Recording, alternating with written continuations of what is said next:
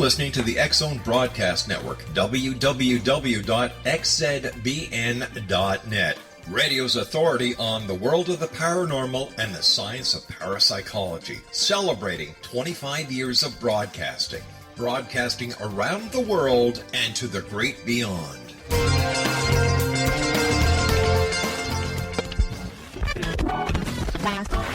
All Hit Radio.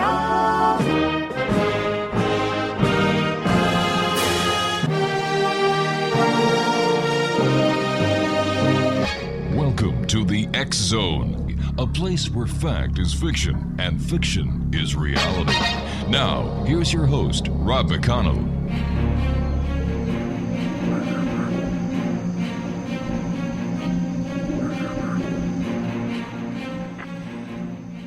And welcome back, everyone. This is the X-Zone. I am Rob McConnell. We're coming to you from our broadcast center in Hamilton, Ontario, Canada, on the X-Zone Broadcast Network, Talkstar Radio Network, Radio X throughout Europe, and the Digital Broadcast Network and the Digital Satellite Network worldwide.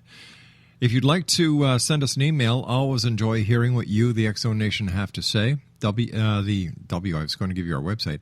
The email address is xzone@xzoneradiotv.com on all social media sites, X-Zone Radio TV.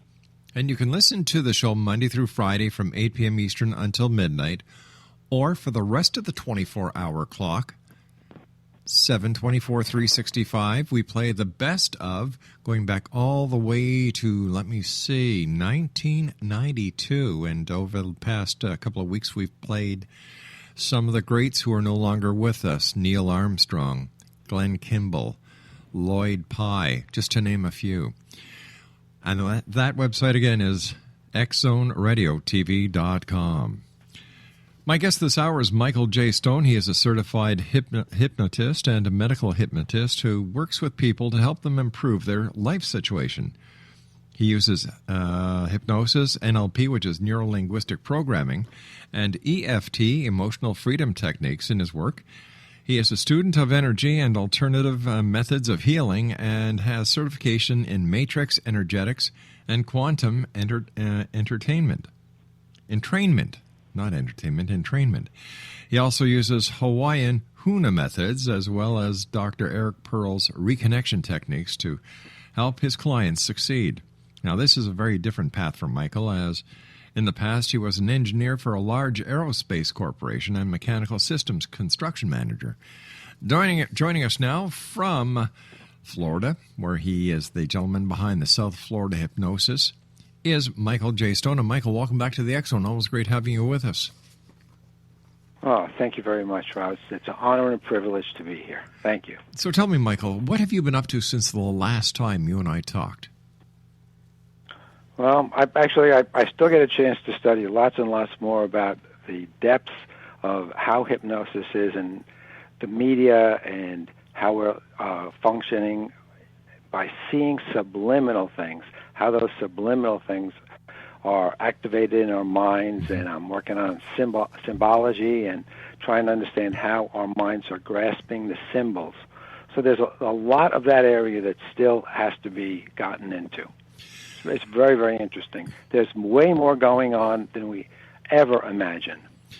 Mike, are you finding more and more people are opening up to hypnosis, NLP, EFT, and the other alternative methods of healing that you and other practitioners are doing these days? Without a doubt. And I will meet people that will ask me, and I'll say, oh, you do hypnosis. Well, what about NLP? Well, yeah, that's kind of related. Can you explain that to me? Oh, yeah, how about EFT? Can you explain how EFT works? And I'll give them the best explanation I can. So people are out there. They're much, much more aware of what's going on. They are much more aware of what we would call mind control in that regard.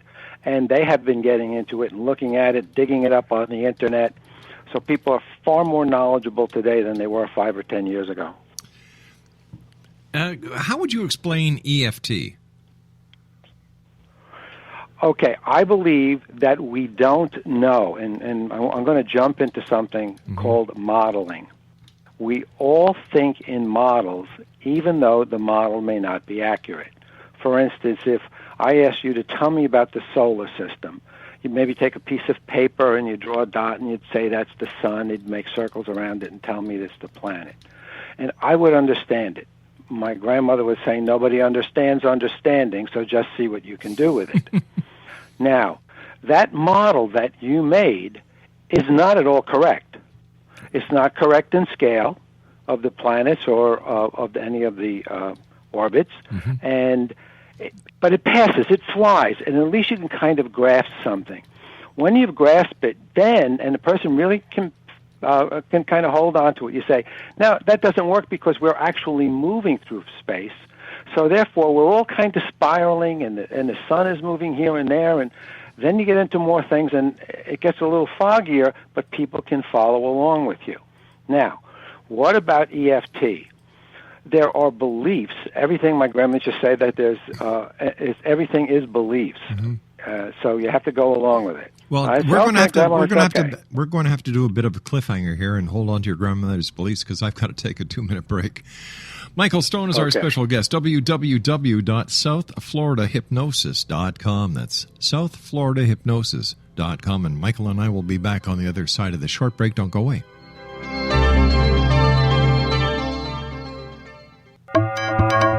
You're listening to the X-Zone Broadcast Network, www.xzbn.net.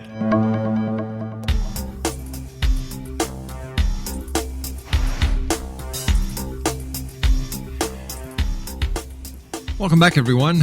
Michael Stone is our special guest this hour. We've had the pleasure of having Michael on the show a number of times. He's a very informative gentleman.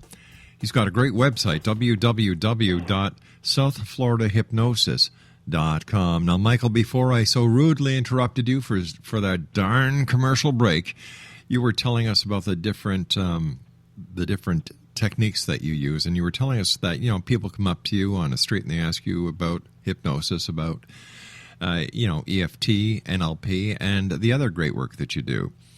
So, if you'd like to continue the story, once again, I'm sorry for cutting you off. Okay. No, that's fine.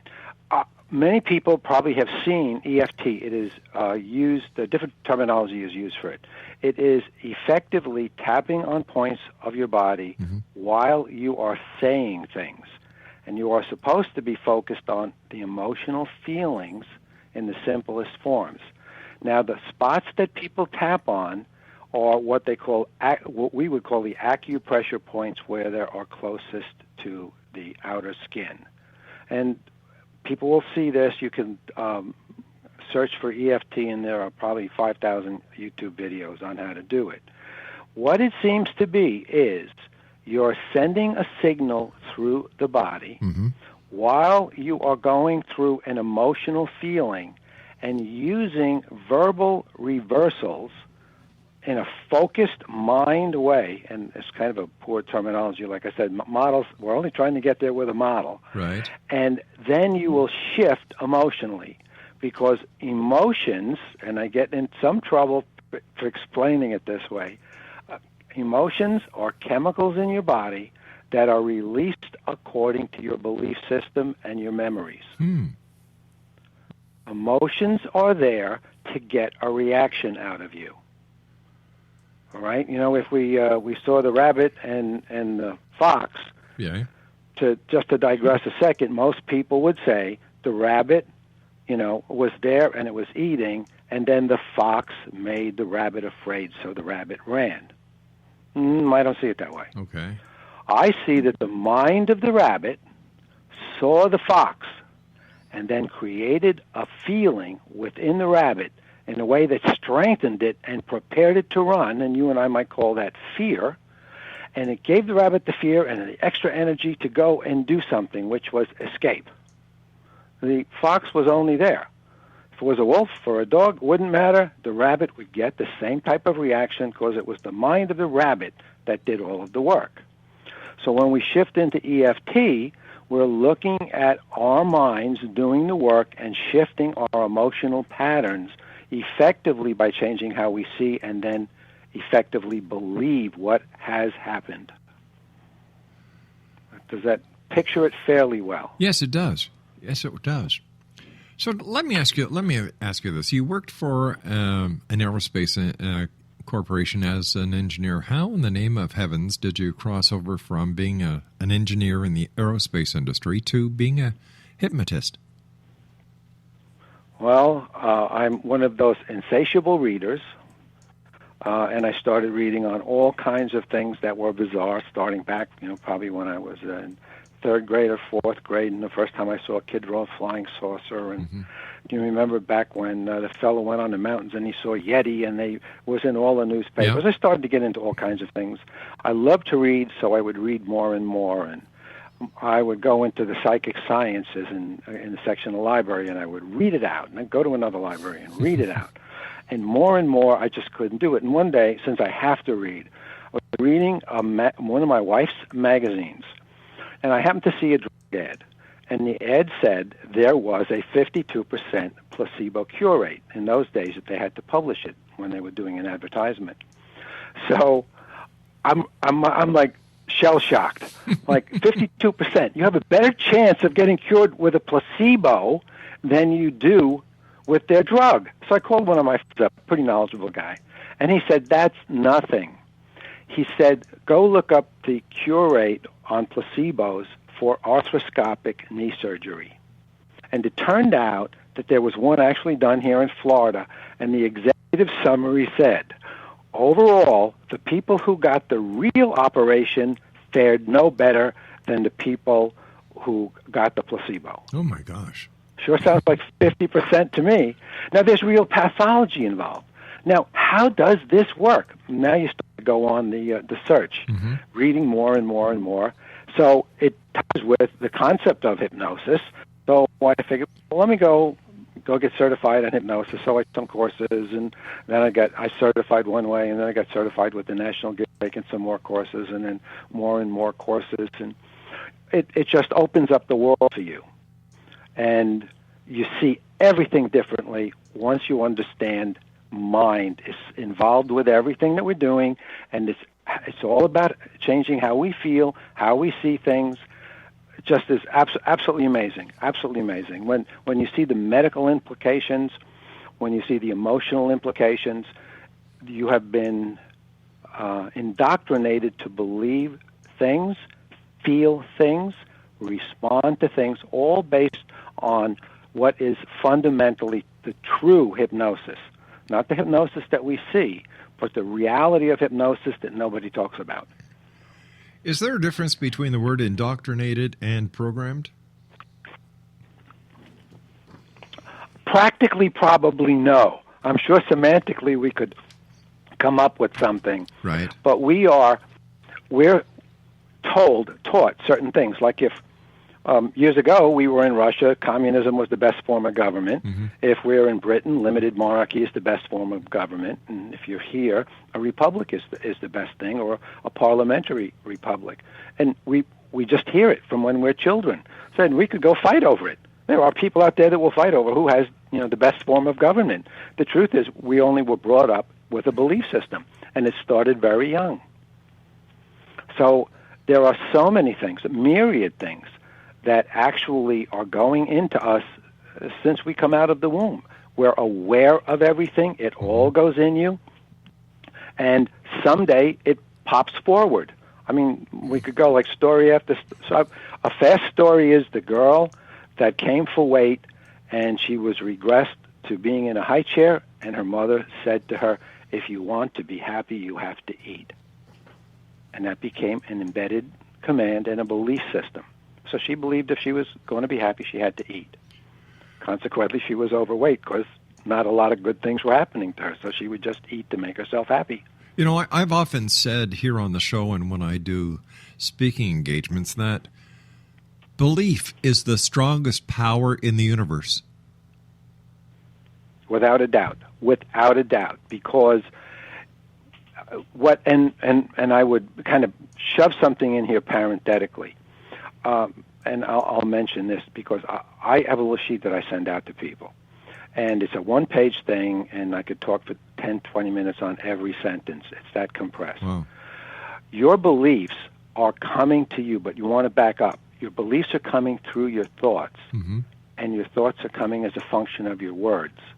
So you have words, then you have beliefs, then you have what your actions are as a result of those beliefs.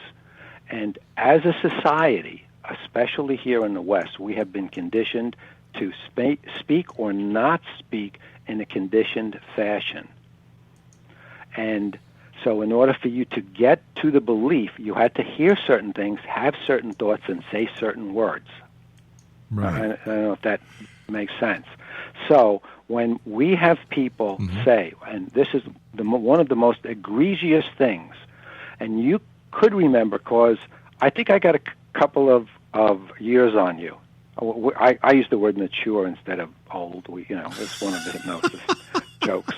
I'm mature, and I'm around. My hair is around my ears is developing a distinguished appearances, and I have gained character lines. Say that's how you say it using the proper hypnosis technique. So what we want to do is look at what's going on, and we have been taught to change. When you were young, people would use the phrase, "I take offense with what you said." Yes. Today they say, "You offended me."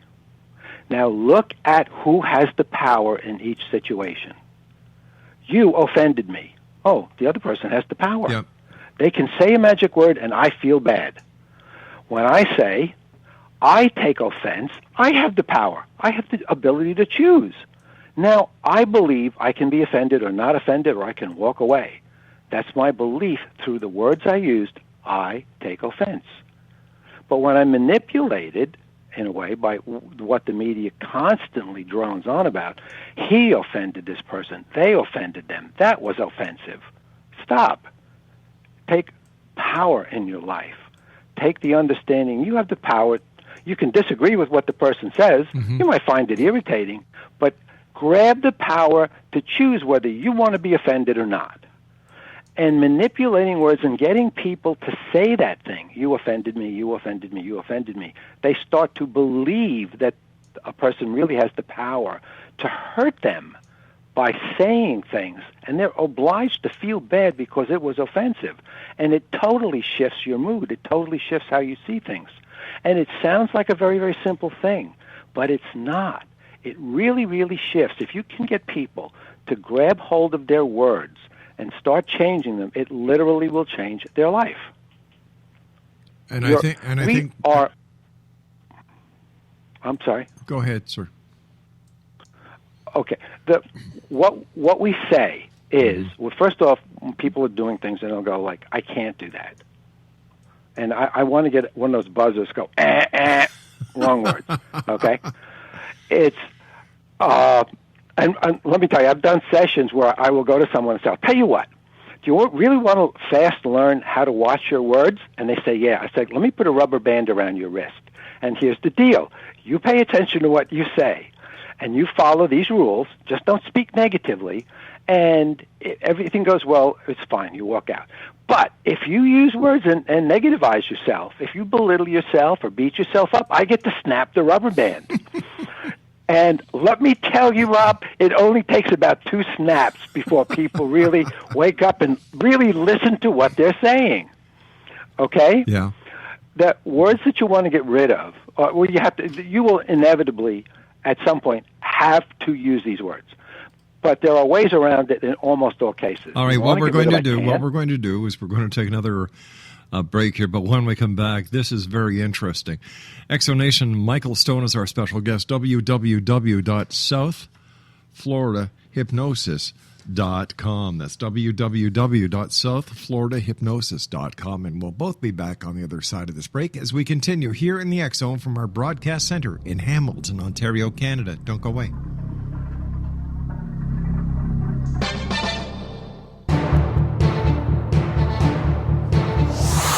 You're listening to the X Zone Broadcast Network, www.xzbn.net.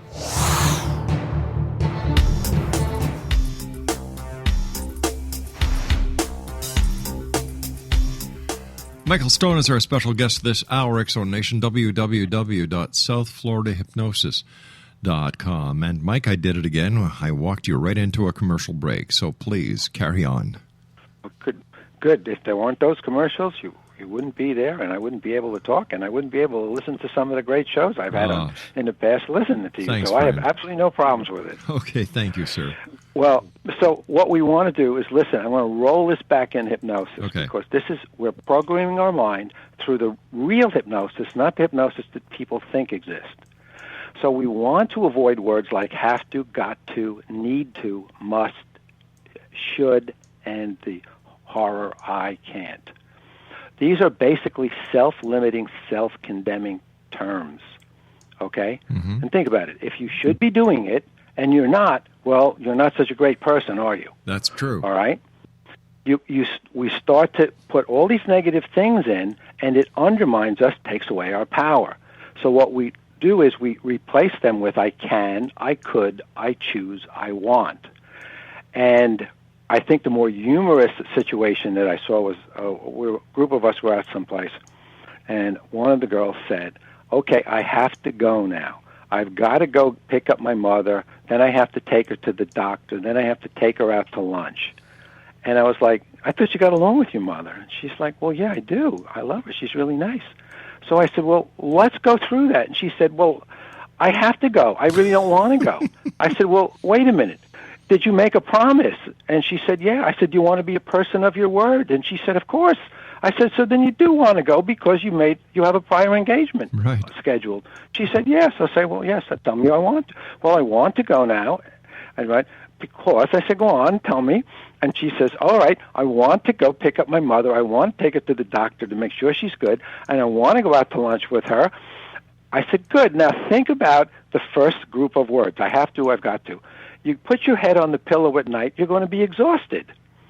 With the second choice of words, which I want, I can, I could, I choose, I want, you're going to put yourself head on the pillow and you're going to be like, wow, it was a great day. Yeah. And she started to laugh. She said, it's true. I can actually see it's true. And what we do is we are actually, because of the mood we're in, when we're saying things, we are in a hypnotic state, and things like that go into us and shift us. They shift us from being happy to sad, or from sad to happy.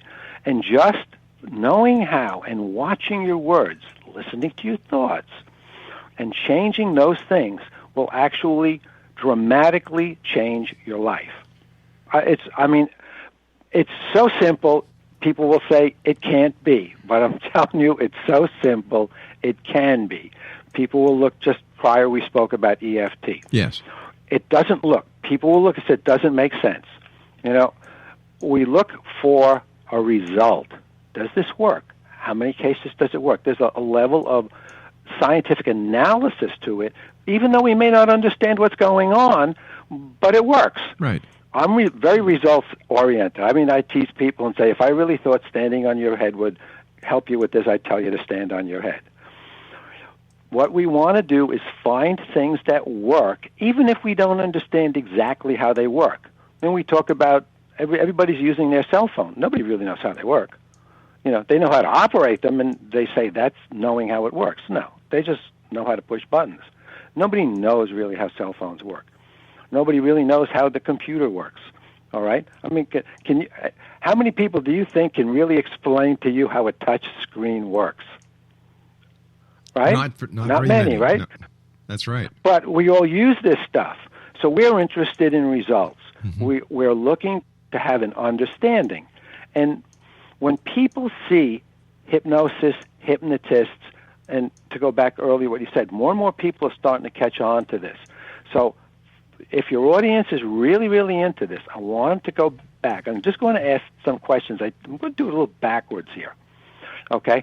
Anybody out there has seen somebody yawn, and then you yawn too? I have. Just anybody can. You have. Yeah. Okay. Have you ever, salivated when somebody's cutting a lemon, or you're thinking about cutting a lemon, or something that's really tart that would make you salivate? You bet. That's the second question, yes. Yeah, I've done that, yeah. Okay. And now you want to ask the third, when you're messing around with your friends, you say, have you ever cried at the sad part of a movie? Sure, who hasn't? And there's not many people will. That's right. Who hasn't? Yeah. And have you ever jumped at the scary part? Sure. Okay. Those are all profound hypnosis experiences. Ah. What people see is somebody in a chair and their head is hanging down, and they think that's what hypnosis is. Now, because this still goes back to the words in programming, all right? I mean, I'll get up in front of people and I'll tell them this, and I have to watch their faces, and sometimes I have to repeat things because I know it's sometimes not what they've been taught to think. And I'll say that they were not taught to think that. Well, how did they get taught? Because they watched, they observed, and in a way were hypnotized. Everybody is hypnotized. Everybody gets hypnotized virtually every day. Nobody believes it. You're in hypnosis until you're 5 years old. How do you think you grasp all that thing? How do you think people learn what mothers do and fathers do, and how to wash a dish, and how to clean the floor? You're observing, and you're in a mood, and it goes in. So what I will do to people, I'll say, okay, I want you to empty out whatever's in your mind about hypnosis. Imagine you have a big bowl. And whatever you can think hypnosis is, throw it in a bowl. And what I'll tell you to throw in is if it has anything to do with out of control, okay, if it has to be with unconscious, if it has to be with out of it, if you think it's asleep, okay, if you're under it, if you're losing control, if you're susceptible, if it's the power of suggestion, it's all about concentration, if it's all about relaxation, throw it in the bowl, okay? Now, dump it out, and I'm going to give you a reasonable short explanation. Hypnosis is a state of mind or mood where your analytical abilities or faculties have been bypassed, and you then will accept what appears, let's say it appears to be a suggestion. And there's people out there that didn't follow it because it was that simple. It's a state of mind or mood where your analytical factors are bypassed and you tend to accept a suggestion. So, how did you learn to cry at the movies? How do you know to jump? It is your subconscious mind running the show according to beliefs. You're never conscious of doing those things. They just happen. So your world is being run through your subconscious mind, which includes, to the greatest degree, your belief systems. Wow. See? So now what goes on is when you turn that television on and you get that flicker rate going and you get relaxed, could you be in a state of mind or mood where your analytical factor is bypassed? Sure. Yeah. Okay. So when a guy is saying, go to this restaurant and you get hungry, guess what? It was hypnosis. So you have people out there that, and I mean, I've been through, the movement from when you first get certified and then you learn a little more. They really kind of teach you in that way. But then you get kind of the expanded version, especially people, a couple of us that have gone through the whole metaphysical thing, and we're into science and trying to prove this is true or this is not or whatever. The engineering mentality never leaves you, let me tell you. You're looking to find out what it is. But metaphysics teaches us there's all these hidden things that we're not taking into account. There are rules of the unseen, just like we have physics, the rule of the seen. So what we have is out there, whether we like it or not, accidentally or deliberately, when we are in a state of mind or mood, things go into us. When we taste that lemon and we salivate a lot, the next time we see the lemon, our mind has learned that lemon makes us salivate, and your mind can make you salivate just like that. So when you hear people talk about 80% of the people are hypnotizable or whatever, maybe 80% of the people will undergo fairly well a controlled shift into what we call a hypnotic state to do some work. But everybody's hypnotized. And when you understand that until 5 years old, you're wide open. Since the last time I was on your show, I became a grandfather. Oh, congratulations. Thank you. You become really aware of what is being said and emotionally, spiritually, verbally, what that child is being fed. All of a sudden, it becomes. That's why when I'm talking about changing your words, because this is the way we want to talk to the people that we love, including ourselves. So when you understand it's a state of mind or mood, these little children, just like when you're watching television, until 5, they are in a state of mind or mood where everything's going in. That's why television is so dangerous for little children. They could be absorbing all kinds of garbage. State of mind or mood. So if you're in a bad mood and you're saying, well, I should have done this and I should have done that, you now enter self-condemnation. It's only going to make your mood worse, and it's not going to make anything better, and you haven't dug yourself out of the hole. So each one of us has to learn to hear what we're thinking, to hear what we're saying, and change our words. Say what you want, not what you don't want. My grandmother, when I used to get all kinds of advice from her, and I never realized what I was getting from her. The most profound thing she ever said was, she looked at me and she knew what was going on in my life, and she said, well, you know, son, when you plant beans, you get beans. And I thought that was the stupidest thing I had ever heard. And one day, probably when I was in my 20s, like the bell went off. Can you imagine if when we were dealing with people, we realized we were planting beans?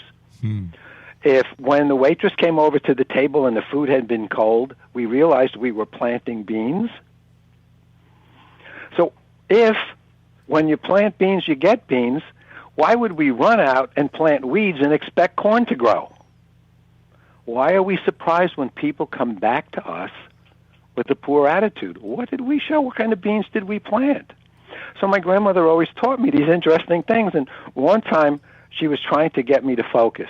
And she said, you know, there was a race on television. There was news on a race. And she said, you know, when race drivers are going around the track, they're focusing on where they want to go, not where they don't want to go. True. So I looked at her and she said, are they looking in the stands or are they looking down the road? And there's so much of that simpleness in life that is now missing because, you know, everybody thinks we've become so technological and we're so much smarter than they were in the past, and I don't buy that. And in the past, they watched their words and were very specific, and they would say things like, I take offense with that. And that's an accurate statement. You offended me, totally cuts, so to speak, the proverbial legs out from underneath you. So when we're looking at what hypnosis really is, all right, when someone's, this is a very interesting thing, and you can do this. It works. I'll say I'm about 80% successful with this. Do you know that in-between state when you're falling asleep and you almost can talk but you can't? Yeah. Say to your wife, you're really going to sleep peacefully through the night. I love you, and you're going to sleep peacefully through the night, and when you wake up, you're going to feel great. 80% of the time, when she wakes up, she'll be like, oh, I slept so great last night. Huh. You just gave her, she was in a state of mind or mood where her analytical factors were bypassed. Well, and she now. accepted a positive suggestion. Well, now. Okay? There's I just read an article with a woman who works with stressed, distressed children. Oh, wow. And one of the marks of these children is they cry a lot. And she said, simply talk to them all the time, awake. Now remember, state of mind or mood, and infants are in the 0 to 5 years. Right. Tell them that they're loved, that they're desired, that they're safe, that they're secure, that it's all right for them to be them. Just keep talking to them. And she said usually the longest is 3 days before they calm down and are relatively normal. So basically, what are you saying, that we should use more positive reinforcement? 100%. Well, we should speak positive, Right. and we should be speaking about what we want and what we think is true. Do you ever realize you go and ask somebody, say, how are you? And they'll go, well, I'm not sick or I'm not bad. And if it's the right person, I'll say, I'm not interested in what you're not. You're also not a hippopotamus and you're not a plate of spaghetti. I want to know what you are. What are you feeling? Tell me about what is, not what not is. I love and it. we have learned to talk constantly in the negative. All right, we're taught to talk ourselves into failure, never realizing that what is the true nature of what hypnosis is acting upon our lives all the time. So we have to learn. How do we learn to pull out of these things? Well, first thing you have to do is be aware of what you're thinking, right. be aware of what you're saying, and change it to the positive. All right? So when people will say, and I hope you use it a couple of times, just say, wait a minute, you don't believe in hypnosis? Well, do you ever cry at the movies? Do you ever jump at the scary part? Do you ever salivate, with a lemon? Or, right. And so those are all hypnotic experiences. It's your inner mind, something went in, became your belief system, and came out. So you are crying because it is a sad thing. Well, what is a sad thing? Technically, it's not sad to you. It's a bunch of people on a screen pretending. Why would you be crying over a bunch of people you can see on a screen pretending? Because your mind wants to believe it's true. It's been conditioned to believe it's true. And your emotions, remember, are chemicals in your body. Right. Your mind is trying to get a result from you. Now, if you are crying and you're sad, if it was a real situation, would you want to change it? Or would you just, it's a sad situation, but I'll walk away from it? If you have the power, will you change it? To make it a positive situation? Right. Right? Yep. So you see one of your friends is sad. What do? You want to jump in there, find out what it is, and help them. Exactly. So your mind is giving you a feeling to get a result. When you're angry, the stereotypical ones are when you're angry, is trying to get somebody else to change. Your mind is saying, get them to change. It gives you a feeling to get a reaction out of you. Okay? Michael? If you feel guilty, I didn't hear music, but keep going. I know. We have to take our break. Please stand by. Exonation, sure. Michael Stone is our guest. www.southfloridahypnosis.com. That's www.southfloridahypnosis. We'll be back on the other side of this break as we continue here in the X Zone from our broadcast center in Hamilton, Ontario, Canada. Don't go away.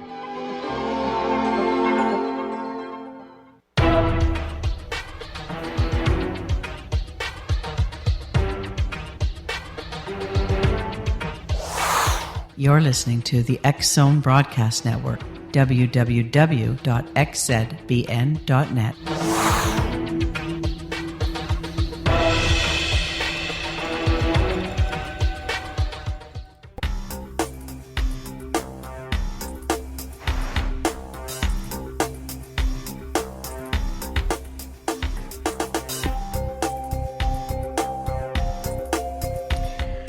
Michael Stone is our guest, southfloridahypnosis.com.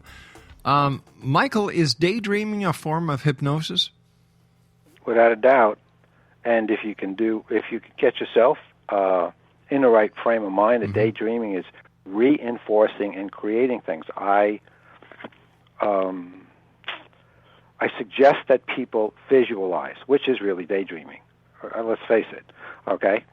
And one of the girls was very anti it, and she said to me, I'm losing my job, and this is that and everything. I said, all I want you to do is look in the future, but I want you to be there.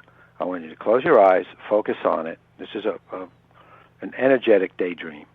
And see yourself happy. Don't be too specific. But you're happy, you have a nice job, you feel good about everything, and be thankful. Just feel it, but be there, be there, be there. And that's an extreme active daydreaming. And it's different. They call it future pacing. There's 10 different ways you can describe it. It's a daydream. And anyway, a week later, she called me up, and she said, I got a job. I said, where did the job come from? She said, well, one of the people heard that they were shutting down, and he approached me and hired me. Wow. How does it work? I don't know. See, I'm only interested in results. Sure. My grandmother used to tease me, and she'd say, there's no proof. There's just evidence. All right? And then she would kick me around and say that remember that your opinion, okay, is created by the evidence, but then again, the evidence you see is a function of what your opinion is. So, my head would spin, but it made me come to a lot of things. So we're looking for results, and we know that certain things work. And because everybody's different, they may work differently. However, with all of us, our emotions are trying to get us to do something. It's our inner mind talking to us. And if we can sometimes step back and look at our actions that have been driven by our feelings, we'll understand what the programs are running inside our minds. All right? And that's what we look for. When you go to a hypnotist, he's trying to kind of walk you into a mood where you will reveal that to yourself. All right? Because you know it. It's all within you. It's just that you haven't figured out a way to get to it. So you go to a hypnotist, he's trying to find a way to get you to release that stuff to see it.